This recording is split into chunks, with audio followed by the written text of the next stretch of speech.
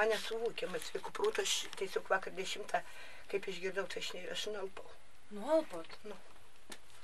Jis taip nieko nedarydavo, jis gal, nu kaip jam pasakyti, su jaunimu, kaip jaunesnis buvo, tai ten pasakė, virčiai pasimuša. Nu, bet tokio dalyko, kad peilį imtų ir šito tai.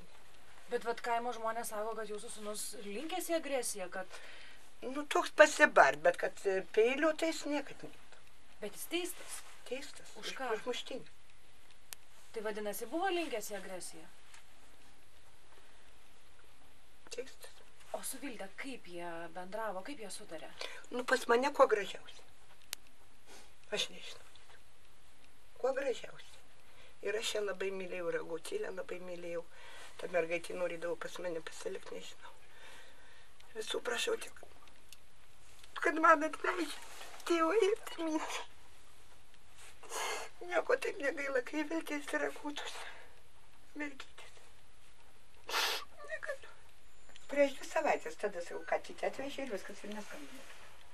Radot vėžių kažkokiu, gal aš žinot, atvažiavo? Ne. O tik vakar, kad policija buvo, tai tik tai televizorių. Tai nustebot, ai, nu jūs žinot. Aš sužinojau tik 10 valandą. Kaip atvažiavo policija? O policija buvo 6, pati 6. Ryto. Vakar. Vakar. Dar sako, ir jokių raštelių jūs negavot. Ai, galvoju, kad atsisveikinimą. Ir internetus, kad aš jų neturiu, tai tada ir šitas sūnus man ir paskambino Artūras. Oi.